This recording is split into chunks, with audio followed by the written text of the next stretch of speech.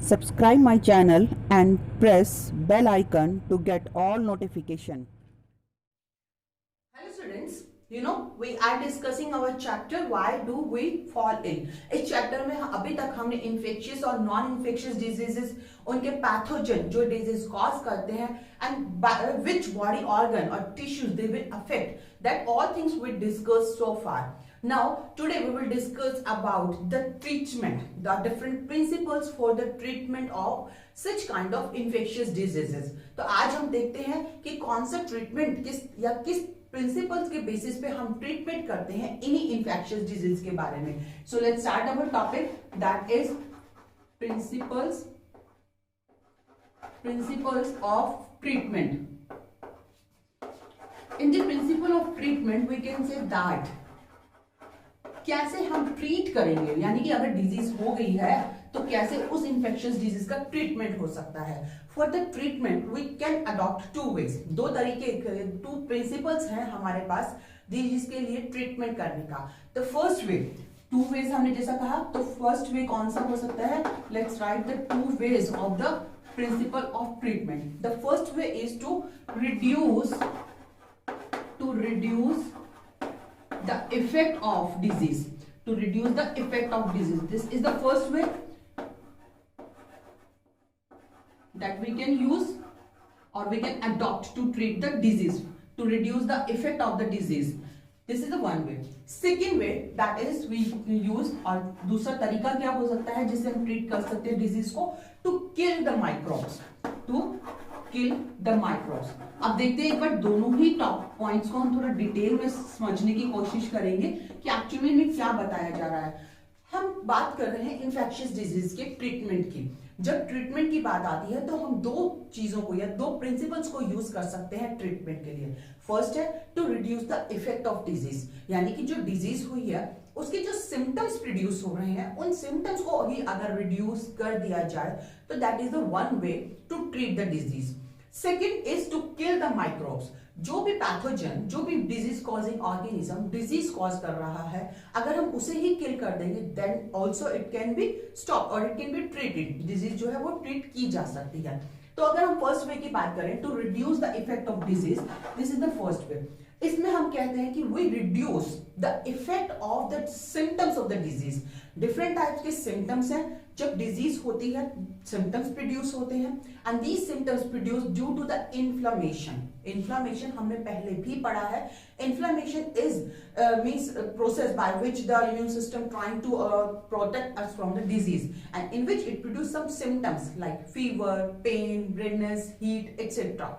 सो इस तरीके से इन्फ्लेमेशन की वजह से जो सिम्टम्स प्रोड्यूस हो रहे हैं, जो सिम्टम्स है इन्हें अगर रिड्यूस कर दिया जाए, सिम्टम्स आर रिड्यूस्ड, सिम्टम्स को रिड्यूस कर दिया जाए तो डिजीज को ट्रीट किया जा सकता है. अब सिम्टम्स क्या हो सकते हैं, सिम्टम हो सकता है पेन, सिम्टम हो सकता है fever and symptoms could be the loose motion. This could be the different symptoms of the diseases. मान लीजिए आप बीमार पड़ रहे हैं, आपको बीमार होने के बाद आपको दर्द लग रहा है, कहीं पे पेन फील हो रहा है, फीवर फील हो रहा है. आपके पेरेंट्स कहेंगे कि आप एक मेडिसिन ले लीजिए या आप रेस्ट कर लीजिए. आपने मेडिसिन लिया, आपका फीवर ठीक हो गया. सो दिस इज द वे. ये वो वे है जिसके बारे में हम अभी बात कर रहे हैं कि आपने ट्रीटमेंट किया, आपने फीवर की दवाई ली, मेडिसिन ली और इससे आपका फीवर ठीक हो गया. So in this way we take the medicine, हम मेडिसिन लेते हैं टू रिड्यूस दी सिम्टम्स, इन सिम्टम्स को रिड्यूस करने के लिए. या फिर हम क्या करते हैं, वी टेक रेस्ट, हम बेड रेस्ट करते हैं. बीमार पड़ रहे हैं, बुखार है, आप थोड़ी देर रेस्ट करेंगे, यू विल फील बेटर, क्योंकि आपकी बॉडी की जो एनर्जी है वो कंजर्व होती है, एनर्जी जो है वो सेफ होती है, जिससे आपको रिलीफ फील होगा. सो फर्स्ट वे में जो हम कह रहे हैं टू रिड्यूस द सिम्टम्स को रिड्यूस करने के लिए हम मेडिसिन लेंगे, हम रेस्ट करेंगे. इस तरीके से हम सिम्टम्स को रिड्यूस कर देते हैं.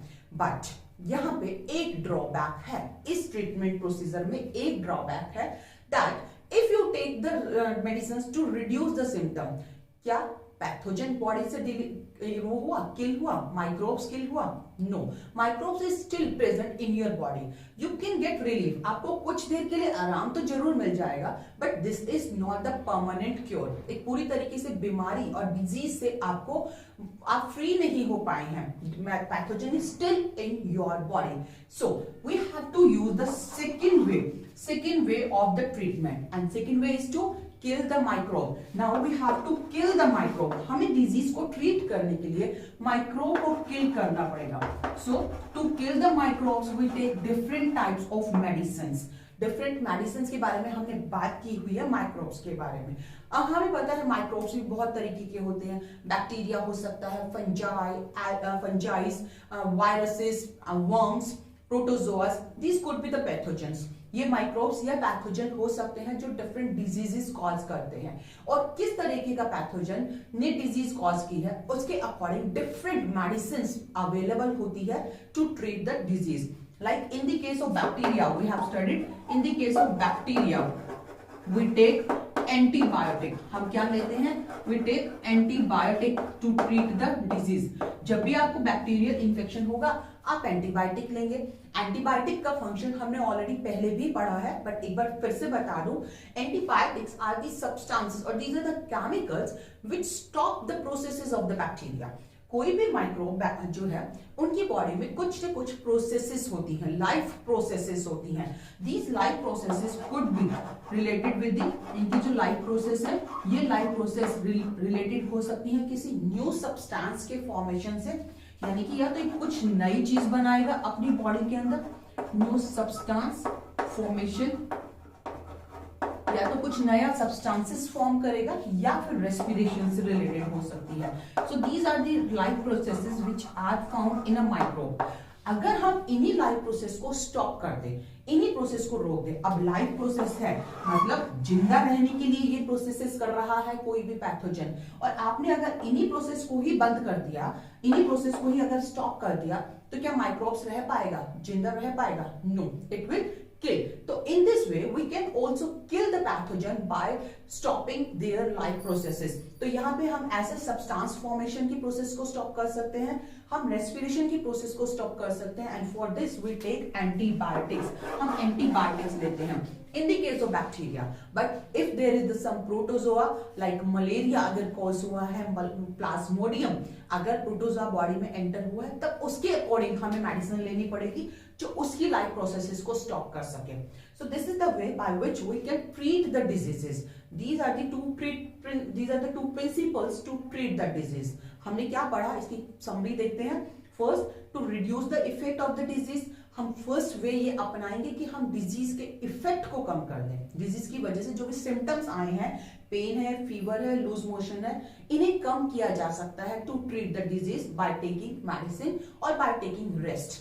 Second way to treat the disease is to kill the microbes. Second way हमारे पास ये है कि हम माइक्रोब्स को ही किल कर दे जो डिजीज कॉज कर रहे हैं. And for this we have to taken the certain medicine like antibiotics.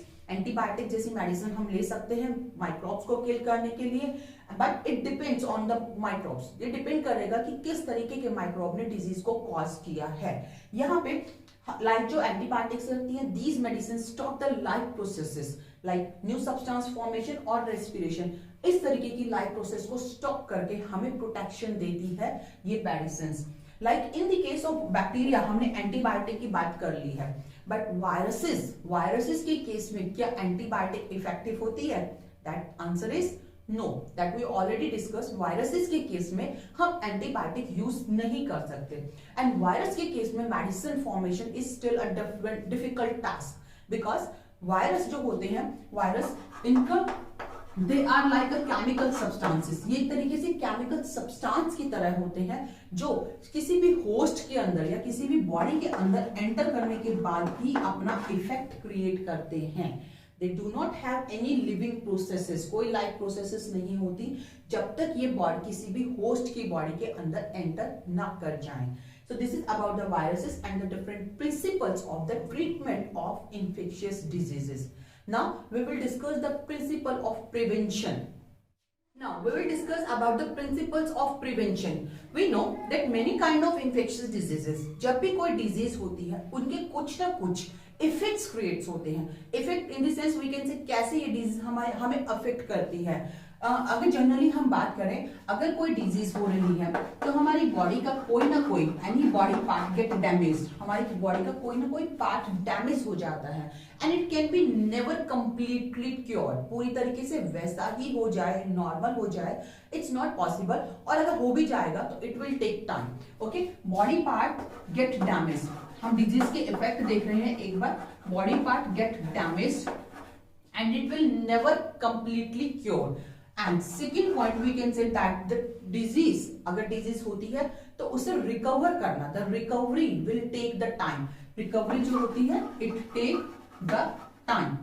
Recovery will take time. और इसके लिए आपको बेड पे रहना पड़ता है. मतलब कभी कभी कुछ डिजीज ऐसी होती है जिसमें कंप्लीटली बेड रेस्ट सजेस्ट किया जाता है. आप उठ के कुछ भी काम नहीं कर पा रहा है कोई भी infected person. So recovery will take time and you have to spend time on to the bed also. And the third point we can say that may spread from the one to another. कुछ diseases ऐसी होती हैं जो spread हो सकती हैं. may spread from one person to another. यानी कि एक पर्सन जो इन्फेक्टेड है, जो डिजीज है, वो उस डिजीज को किसी और को भी तो ट्रांसमिट कर सकता है ना. In the case of communicable disease हमने पढ़ा है जहां पे एक इन्फेक्टेड पर्सन से डिजीज किसी हेल्थी पर्सन में ट्रांसमिट होती है. So here may spread from infected to healthy person. So अभी हमने क्या चीजें देखी है? We have discussed about the effects of the disease, की कैसे कोई भी डिजीज हो रही है तो वो क्या क्या इफेक्ट क्रिएट कर सकती है. हमारे बॉडी पार्ट को डैमेज कर सकती है, हमारा टाइम खराब कर सकती है, हमें बेड पे रहना पड़ेगा, हम कुछ काम नहीं कर सकते, और ट्रीटमेंट में यानी कि रिकवरी में भी बहुत टाइम लग जाता है. और थर्ड इफेक्ट क्या है? That it can be transmitted from one infected person to an healthy person. So ये कुछ ड्रॉबैक्स है या ये कुछ प्रॉब्लम्स है जो डिजीज से रिलेटेड होती हैं. अब इन प्रॉब्लम्स को हम कैसे सॉल्व कर सकते हैं? We can solve all these problems just by taking the prevention. आपने एक क्योर तो सुना होगा जिसमें हम बोलते हैं prevention is better than cure, यानी कि बचाव ही सबसे बड़ी सुरक्षा है हमारे लिए. तो इन इफेक्ट्स को यानी कि ये जो जितने भी हमने यहाँ पे ड्रॉबैक्स देखी हैं डिजीज के, इन सब से बचाव के लिए हमें क्या चीज अपनानी है? That is the prevention.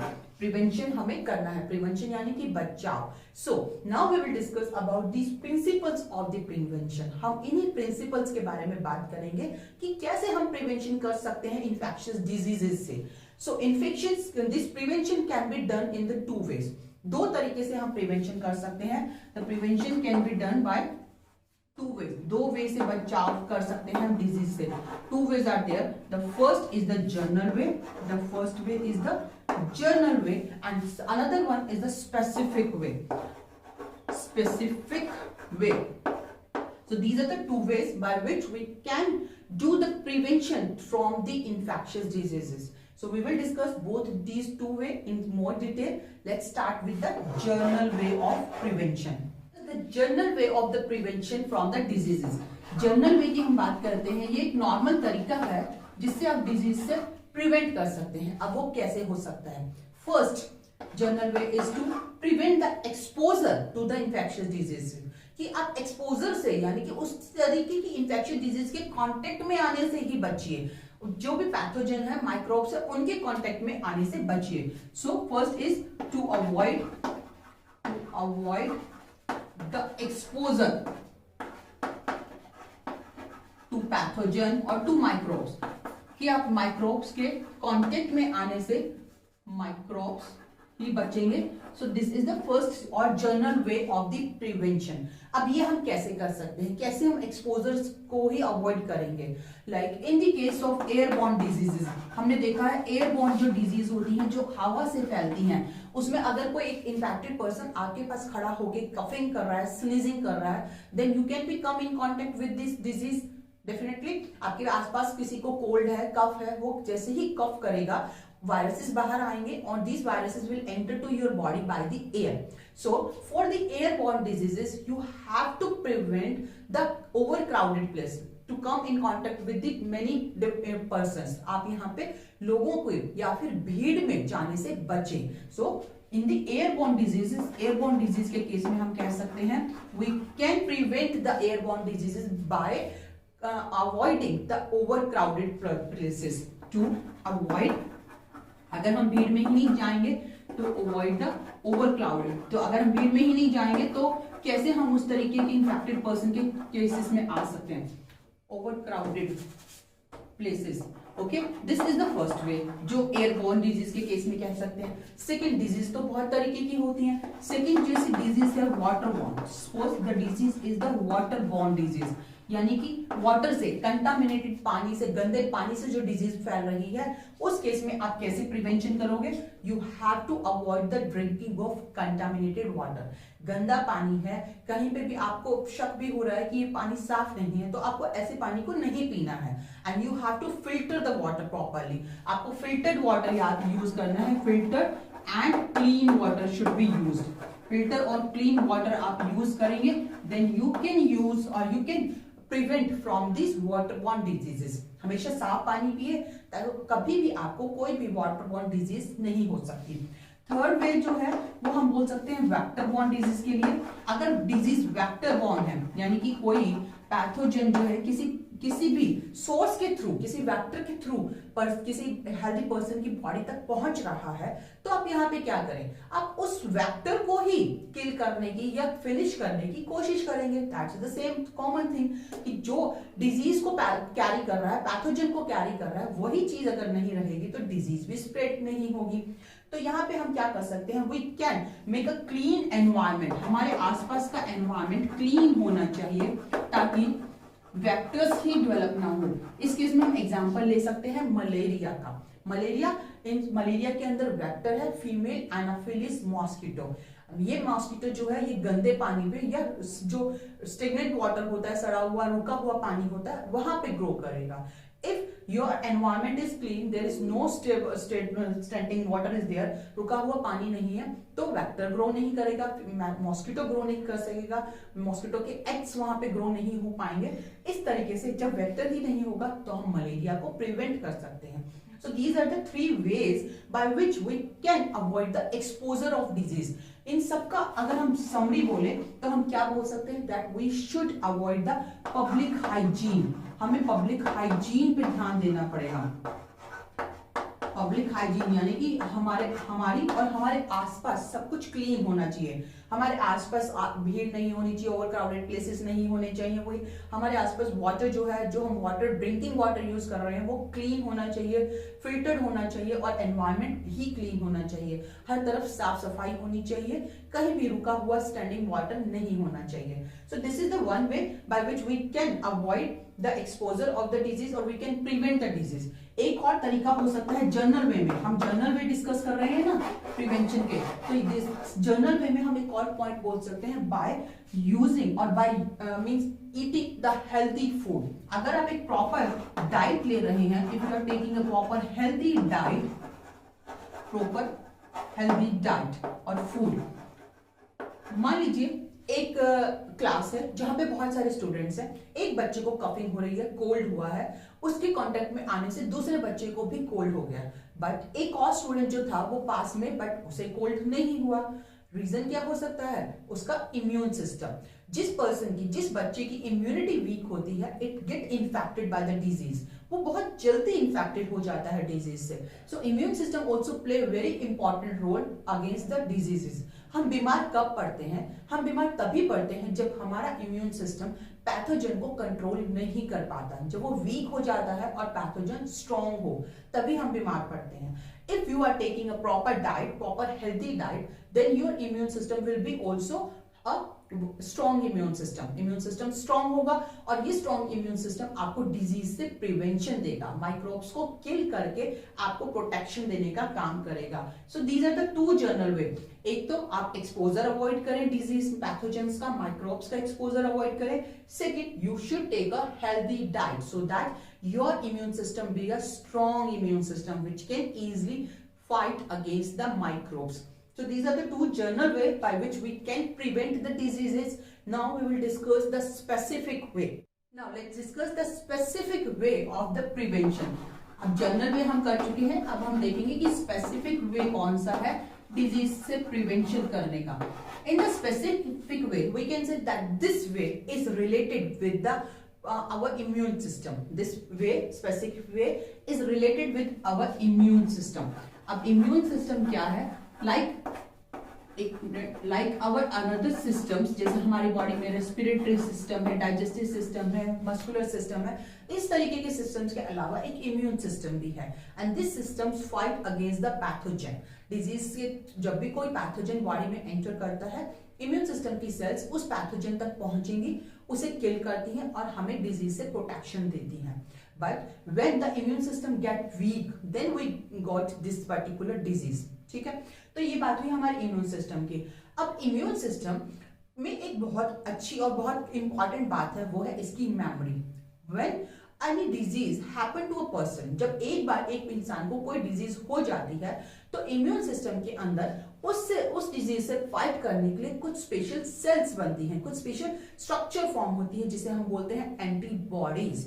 So immune system forms antibody against a particular disease, against a particular microbes. But when once these antibodies will form, एक बार अगर ये एंटीबॉडी बन गई या एक बार एक डिजीज हो गई है, सेम डिजीज अगर दोबारा होती है, तो उस डिजीज के होने के चांसेस बहुत कम होते हैं. अगर हो भी जाए तो it can be cured very easily. इसे एक एग्जाम्पल से हम समझ सकते हैं. एग्जाम्पल यहाँ पे हम लेंगे स्मॉल पॉक्स का. पहले जो बहुत साल पहले स्मॉल पॉक्स एक सिवियर डिजीज थी, लोग बहुत घबराते थे, बहुत सिवियर डिजीज थी, जिसकी वजह से डेडली डिजीज हम बोल सकते हैं.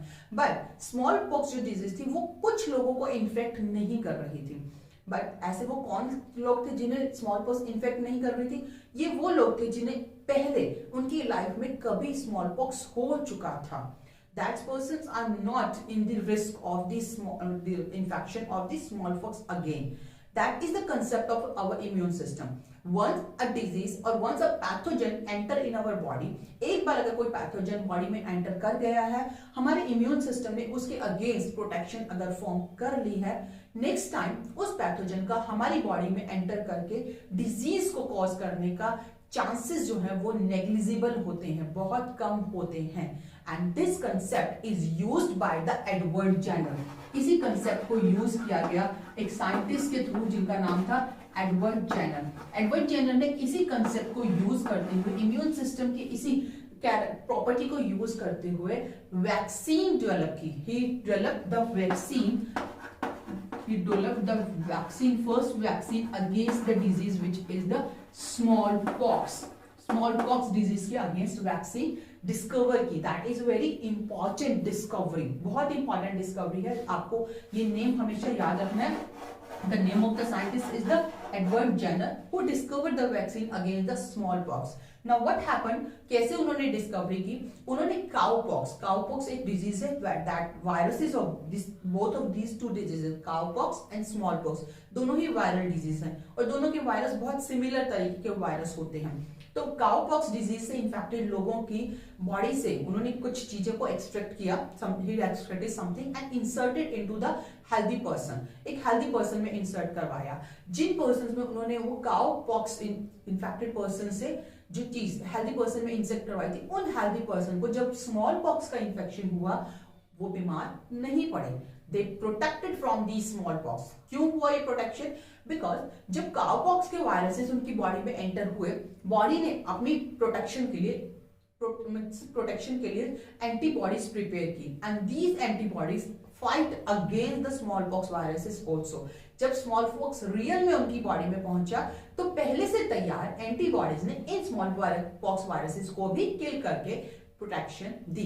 So that is known as, this concept is known as immunization. इस चीज को हम बोलते हैं immunization, in which we can say that the immune system protects itself against any pathogens by inserting or by adding these pathogens by natural way or by the artificial way. This is known as immunization. तो अभी हम बात कर रहे हैं इसी immunization के बारे में. Immunization is the ability of the body to generate the immunity after exposure of microbes. एक एक बार माइक्रोब्स का एक्सपोजर हो गया, एक बार माइक्रोब्स अगर बॉडी में पहुंच गए हैं, then body will form immunity against this particular microbe. हर माइक्रोब के लिए अलग अलग बार इम्यूनाइजेशन होगा। ऐसा नहीं है कि एक बार हुआ तो सभी डिजीज से बच गए, that is not true. Her microbes का अलग होगा। एक बार माइक्रोब चाहे वो आर्टिफिशियली या नेचुरल वे में बॉडी के अंदर इंसर्ट होगा, एक्सपोज होगा, then body will prepare immunity against this microbe and this process is known as immunization. And for the immunization we do vaccination. Immunization के लिए हम क्या करते हैं? For immunization we do vaccination. ये दोनों ही जो टर्म है ये कंफ्यूजन क्रिएट करती हैं, समझने में और देखने में एक जैसा लगता है, बट फर्क क्या है? Vaccination is the process of introducing dead and weak microbes into the body. इस प्रोसेस के अंदर this is the process of introducing dead and weak microbes in the body. So this process is known as vaccination. इसे भी एक example से समझाने की कोशिश करती हूँ। पोलियो, पल्स पोलियो मिशन के बारे में सबने सुना है, जिसमें दो बूंद यानी कि जो 2 ड्रॉप्स दी जा रही हैं, these are the 2 drops of polio vaccine in which the polio viruses are present, but these polio viruses are dead or weak virus. जो पोलियो वायरस है वो बहुत डेड और वीक वायरस है, जो उन ड्रॉप्स के थ्रू बच्चों की बॉडी में डाले जा रहे हैं, इंसर्ट करवाए जा रहे हैं। जब वो वायरस बॉडी में पहुंचेंगे, the immune system of this particular child will get activate. Immune system activate होगा and it will form the immunity against these polio viruses. So this inserting or giving the 2 drops of these polio drops is known as vaccination. उस process को तो हमने बोला vaccination, but उस vaccination के बाद body में क्या हो गया है? बॉडी में हो गया immunization, means body has developed the immunity against the polio virus. In future if this particular child जिसका हमने वैक्सीनेशन किया है, अगर फ्यूचर में कभी भी पोलियो वायरस से सच में इन्फेक्टेड भी होगा, तो ऑलरेडी जो पहले से वायरस ने एंटर करने के बाद जो इम्यूनिटी डेवलप की है बॉडी के अंदर, वो उसे प्रोटेक्शन देती है और इस तरीके से डिजीज से हम बच जाते हैं। So this is 2 important concept. इन दोनों के बारे में आपको बहुत अच्छे से पता होना चाहिए। Immunization and vaccination, these 2 processes are very important. Now immunization, जब हम वैक्सीनेशन की बात कर रहे हैं, we know many diseases has vaccine now. बहुत सारी डिजीज के वैक्सीन बन चुके हैं, लाइक पोलियो की वैक्सीन बन चुकी है, टेटनस की बन चुकी है, डायरिया, वुफिंग कफ, इस तरीके की बहुत खतरनाक जो डिजीजेस होती है, इनके लिए वैक्सीन प्रिपेयर की जा चुकी है। And hepatitis which is a virus which also cause jaundice, also very deadly jaundice, उसकी भी वैक्सीन अवेलेबल है। So this is about the vaccines, and nowadays we know that scientists are working on the developing the vaccine against the COVID disease also. So that is the same concept is also used for the prevention of COVID vaccine. So that's all about this chapter. Here we completed this chapter, why do we fall ill. I hope you will be able to